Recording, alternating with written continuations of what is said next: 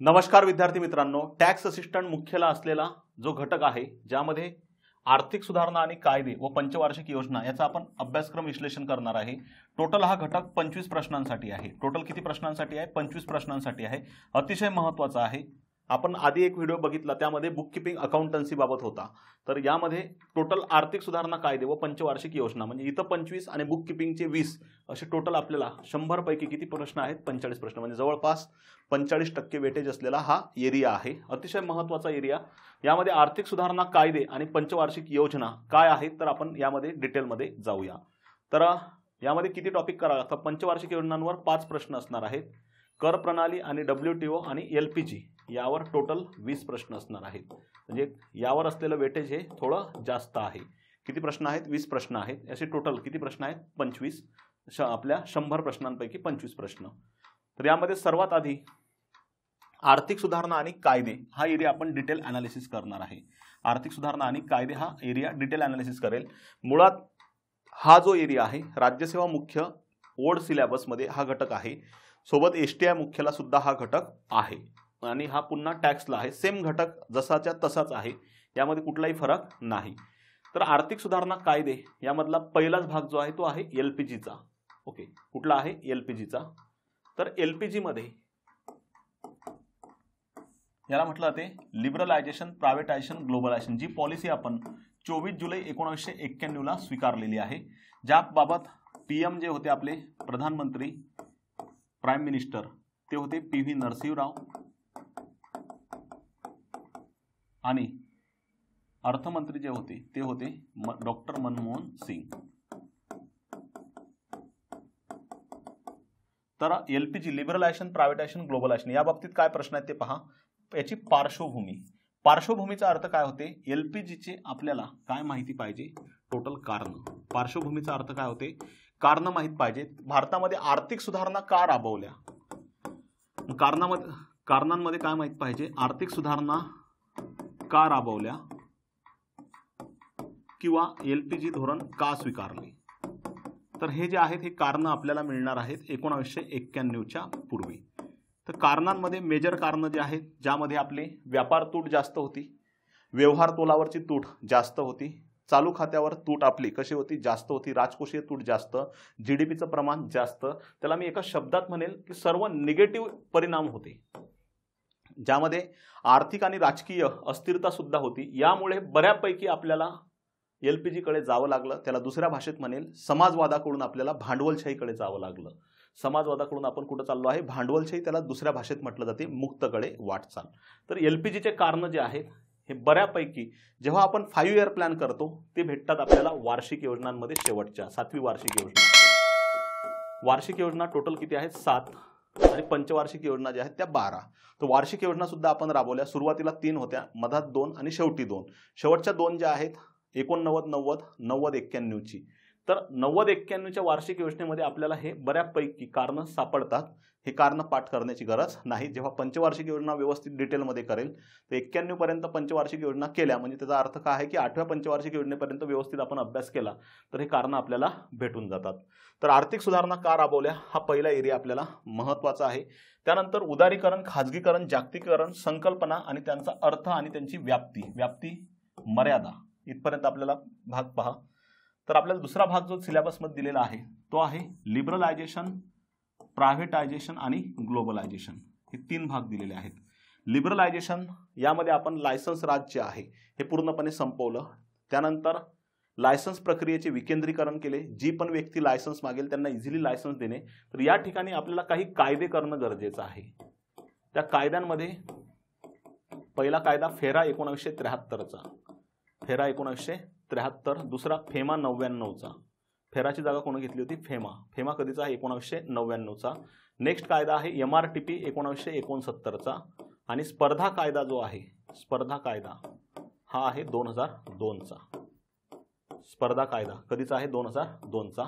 Privatisation जे आहे, privatisation मध्ये प्रॉपर निर्गुंतवणूक धोरण आपल्याला करणं गरजेचं आहे। निर्गुंतवणूक धोरण हे आपल्याला डिटेल करणं गरजेचं आहे। जसं की निर्गुंतवणूक धोरण हे केव्हा स्वीकारलं? जसं की 24 जुलै 1991 ला स्वीकारलं। 93 ला C रंगराजन त्याबाबत समिती होती। पहिल्या निर्गुंतवणूक धोरणाचे आयोगाचे अध्यक्ष जी व्ही रामकृष्णन, त्यानंतर निर्गुंतवणूक विभाग जो की 99 साली आला. हे डिटेल जे आहे हे आपल्याला निर्गुंतवणुकीमध्ये करावं लागेल. निर्गुंतवणुकीचा प्रॉपर अर्थ काय आहे, निर्गुंतवणूक आणि निराष्ट्रीयकरणामध्ये सुद्धा काय फरक आहे, तो एक भाग आपल्याला करावा लागेल. ग्लोबलायझेशनचा अर्थ होते जागतिककरण. यामध्ये मुक्त आयात आणि मुक्त निर्यात हा एक भाग करावा लागेल. मुक्त आयात आणि मुक्त निर्यात, त्यामध्ये तंत्रज्ञान आलं. त्यानंतर वस्तू, श्रम एटसेट्रा, म्हणजे आपल्या सीमा काय केलेल्या आहेत, मुक्त. तर हा एक LPG यामधले मायक्रो पॉईंट्सकडे हा फोकस करणं गरजेचं आहे. सोबतच यामध्ये आपल्याला काय दिलेलं आहे, व्याप्ती. याची व्याप्ती किती आहे, तर यामध्ये लिबरलायझेशनमध्ये काय काय बदल केले, प्रायव्हेटायझेशनमध्ये काय बदल केले आणि ग्लोबलायझेशनमध्ये, त्या अर्थच जर आपण डिटेलमध्ये घेऊन गेलो त्याची व्याप्ती सुद्धा कव्हर होऊन जाते. त्यानंतर आहे यासोबतच LPGच्या बाबत 2 सुधारणा ज्या आहेत भारतामध्ये, आर्थिक सुधारणा ह्या 2 प्रकारात केल्या. एक आहे मॅक्रो इकॉनॉमिक स्टॅबिलिटी MES आणि दुसरी आहे स्ट्रक्चरल ॲडजस्टमेंट प्रोग्राम. MES मध्ये एकूण किती सुधारणा आहेत, तर MES मध्ये 3 आहेत. CBI म्हणतात त्याला, करन्सी डिव्हॅल्युएशन, BOP ॲडजस्टमेंट आणि इन्फ्लेशन कंट्रोल, अशा फक्त 3च सुधारणा केल्या. बाकी सर्व सुधारणा ज्या आहेत त्या स्ट्रक्चरल ॲडजस्टमेंट प्रोग्राममध्ये आहेत. MES आणि दुसरं काय आहे, SAP. तर आपला इथं एक एरिया माहीत पाहिजे. तर हा पहिला भाग जो आहे LPGचा, लिबरलायझेशन, प्रायव्हेटायझेशन आणि ग्लोबलायझेशनचा. या व्यतिरिक्त केंद्र राज्य स्तरावरील आर्थिक सुधारणा, म्हणजे केंद्राने काय आर्थिक सुधारणा केल्या, राज्याने काय आर्थिक सुधारणा केलेल्या आहेत त्या आपल्याला डिटेलमध्ये माहीत पाहिजे. विशेष करून एक पॉईंट लक्षात ठेवा, 1991 नंतरचं आहे, 1991 नंतरचे जे बदल आहेत, 1991 नंतरच्या सुधारणा, तर ह्या डिटेल कराव्या लागतील. 1991 नंतर सुधारणा जर आपण बघितल्या तर यामध्ये सेक्टरियल सुधारणा चांगल्या करा, ज्यामध्ये बँकिंग सुधारणा, बँकिंग सुधारणांबाबत नरसिंहम समिती 1 आणि 2 बऱ्यापैकी आपण बँकिंगमध्ये वाचत असतो, त्यामुळे डिटेल जाण्याची तिथं काही गरज नाही.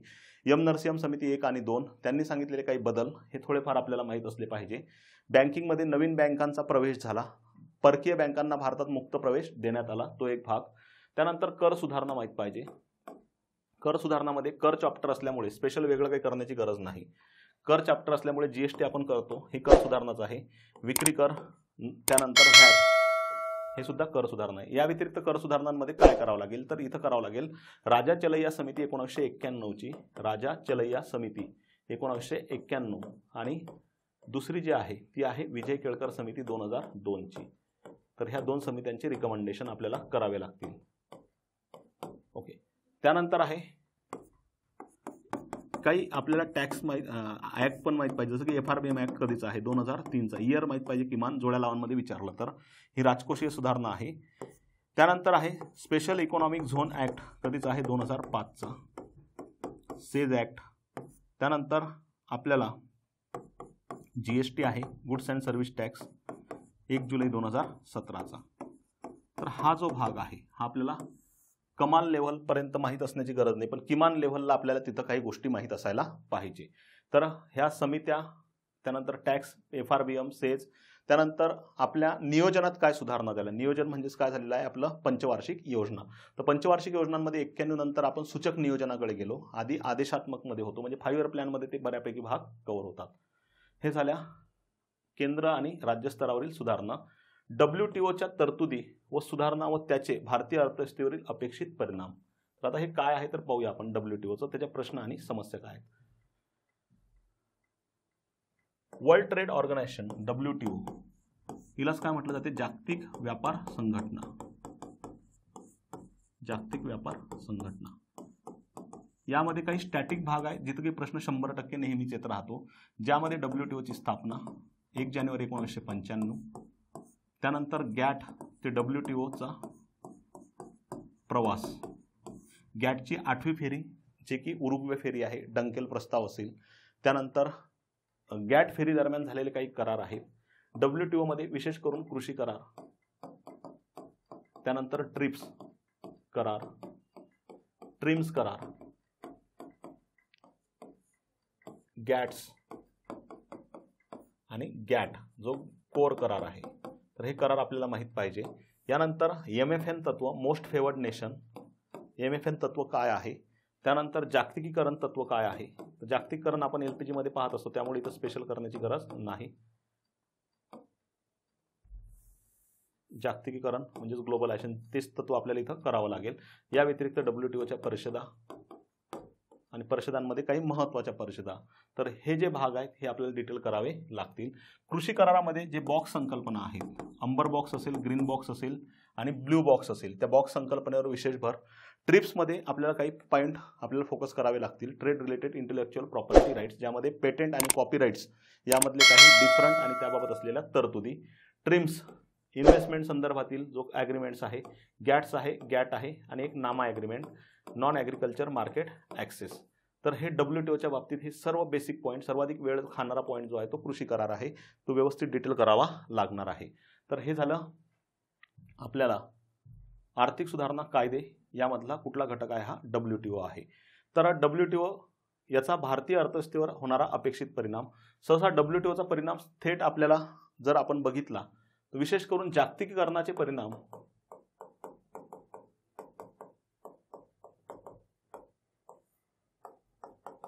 आणि WTOचे परिणाम हे बऱ्यापैकी सारखेच आढळून येतात. ओके, म्हणजे त्यामध्ये लॉजिक हे लक्षात ठेवायचं. जे ग्लोबलायझेशनचे परिणाम आहेत, कारण की ग्लोबलायझेशन, जागतिकीकरण या तत्वावरच आधारित ही कुठली संस्था आहे, WTO आहे. जागतिकीकरण या तत्वावरच ती आधारलेली आहे. मुक्त व्यापाराला काय देणे, चालना. बहुपक्षीय व्यापाराला विशेष करून चालना देणे हे त्यांचं काय आहे, मुख्य ऑब्जेक्टिव्ह आहे. तर यामध्ये बहुपक्षीय म्हणजे एकापेक्षा जास्त देशांच्या व्यापाराला काय देणे, चालना. त्यामुळे WTOच्या बाबतीत तो एक भाग चांगला लक्षात ठेवा.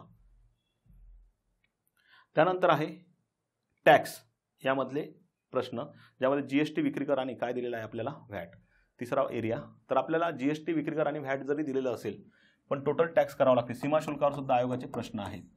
टॅक्समध्ये एक पॉईंट लक्षात ठेवा, तर सर्वात आधी टॅक्समध्ये प्रत्यक्ष कर आणि अप्रत्यक्ष कर यांचे स्ट्रक्चर, प्रत्यक्ष कर आणि अप्रत्यक्ष कर यांचं स्ट्रक्चर व्यवस्थित करणं गरजेचं आहे. यामध्ये बेसिक संकल्पना व्यवस्थित क्लिअर कराव्या लागतील. प्रत्यक्ष कराचा कराघात करभार हा कोणावर आहे, अप्रत्यक्ष कराचा कराघात करभार हा कोणावर आहे. सोबतच अप्रत्यक्ष करामध्ये जे अप्रत्यक्ष कराचे टाइप्स आहेत, ज्यामध्ये सीमा शुल्क आहे, सीमा शुल्क आहे म्हणजे यालाच आपण आयात निर्यात कर म्हणतो. त्यानंतर दुसरा पॉइंट जो आहे व्हॅट आहे, केंद्रीय उत्पादन शुल्क आहे, राज्य उत्पादन शुल्क आहे, केंद्रीय विक्री कर म्हणजे विक्री कराचे दोन्ही पॉइंट, केंद्रीय विक्री कर प्लस राज्य विक्री कर प्लस राज्य विक्री कर. त्या व्यतिरिक्त GST व आयकर आणि कंपनी कर. तर हा एक भाग आपल्याला क्लिअर माहीत असायला पाहिजे. या व्यतिरिक्त दोन समित्या ज्या आहेत, ज्यामध्ये विजय केळकर समिती आणि राजा चलैया समिती,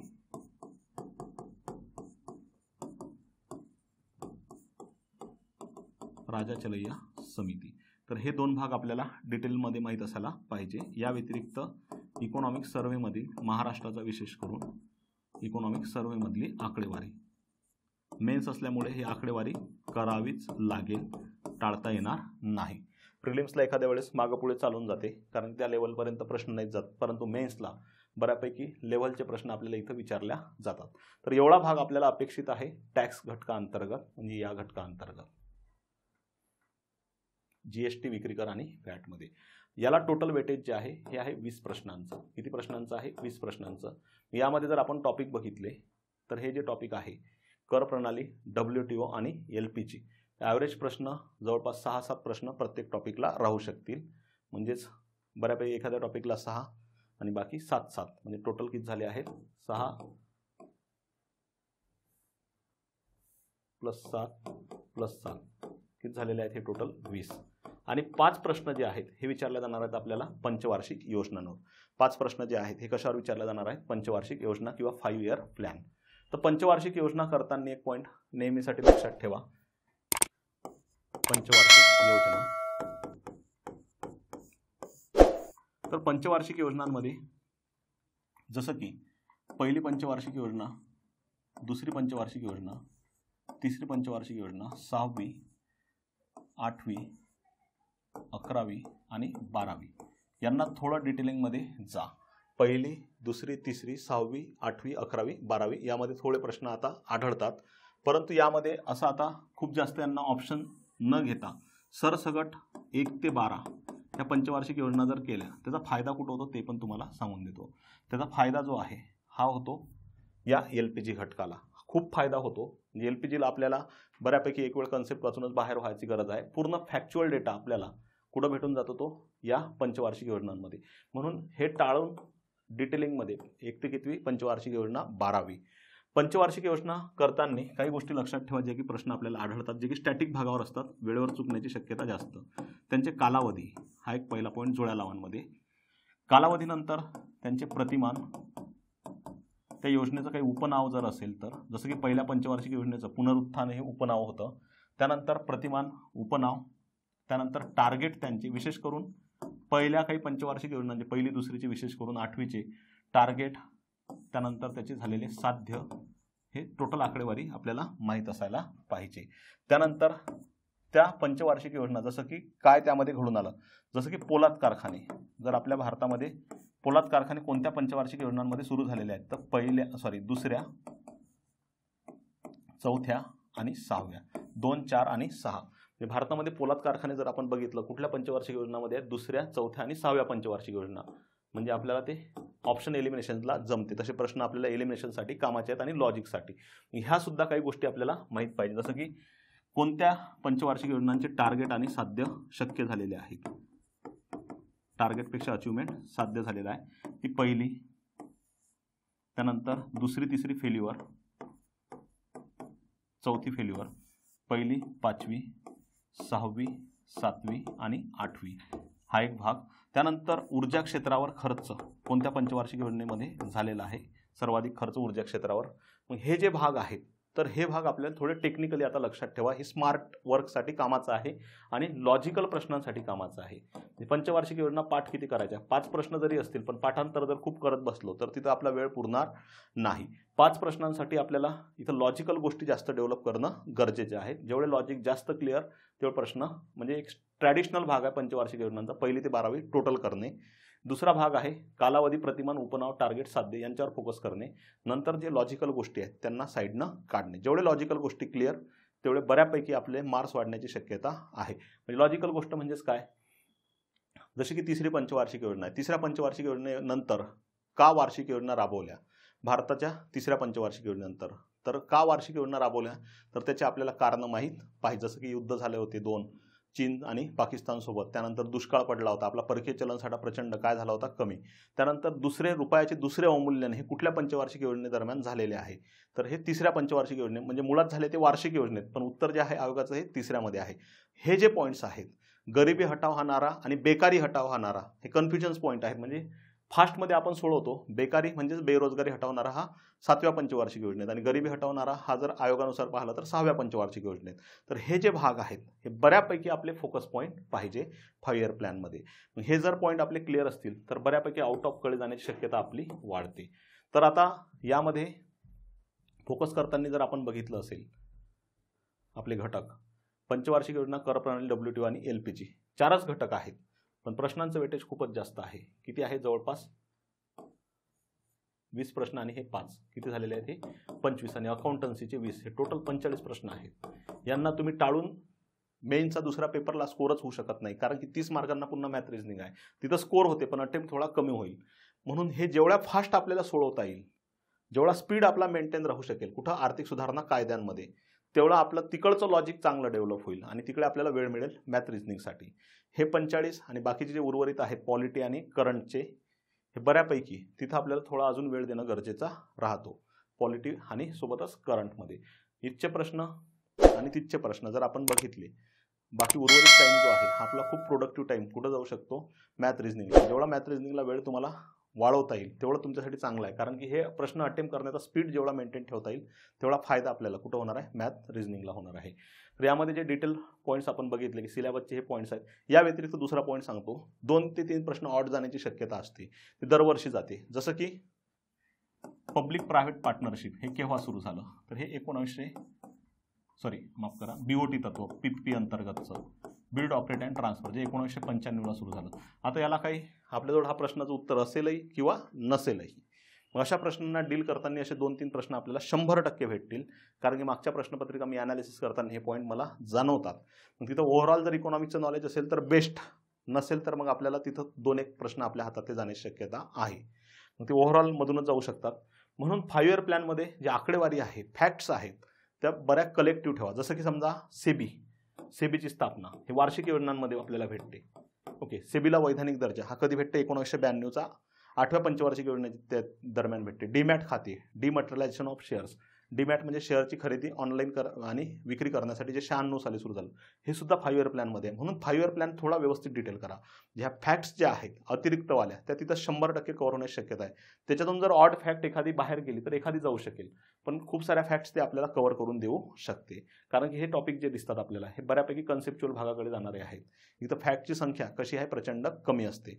म्हणून इथं कन्सेप्ट जास्त क्लिअर, कन्सेप्च्युअल प्रश्न सर्व सुटतील, पण फॅक्टचे जे भाग आहेत ते 5 इयर प्लॅनमध्येच आपल्याला कव्हर करतात. म्हणजे पंचवार्षिक योजनांचा डबल फायदा जो आहे तो डबल फायदा आपल्याला घेणं गरजेचं आहे. तर या व्हिडिओमध्ये आपण जे बघितलेलं आहे तर बऱ्यापैकी आर्थिक सुधारणा कायदे यांचं काय बघितलेलं आहे? एक विश्लेषणात्मक भाग बघितलेला आहे. यासोबतच जर काही अडचणी असतील तर तुम्ही मला व्हॉट्सअप करू शकता किंवा सोबतच टेलिग्रामला सुद्धा आहे स्वराज्य अकॅडमी, त्यावर तुम्हाला अपडेट्स भेटतील. LPGच्या नोट्ससुद्धा मी शेअर केलेल्या आहेत तिथं. त्या नोट्स तुम्ही घेऊ शकता आणि त्याच्या झेरॉक्ससुद्धा करू शकता. काही नोट्स ज्या उपलब्ध होतील त्यासुद्धा मी तिथं उपलब्ध करून देईल. तर तुम्ही LPG नोट्स तिथून कव्हर करू शकता. डिटेलमध्ये दिलेले आहेत. STI मेन्स आणि राज्यसेवा मेन्सच्या बॅचेस तुम्हालाच चालतात, कारण की ते उलट जास्त आहे आणि डिटेलिंग जास्त आहे. त्यामुळे त्या नोट्स तुम्ही वापरू शकता. तर त्या नोट्स या चॅनलवर उपलब्ध आहेत. तर या ठिकाणी आपण थांबूया. Thank you so much.